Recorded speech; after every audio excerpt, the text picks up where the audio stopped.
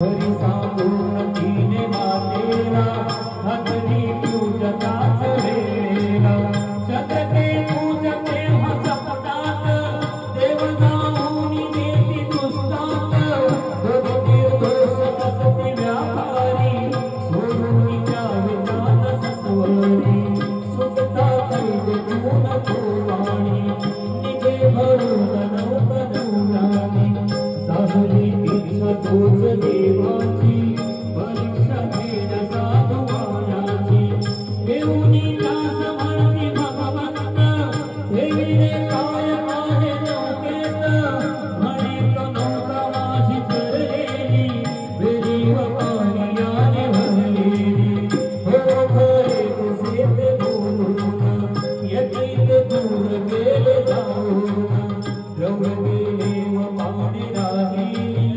समायतीची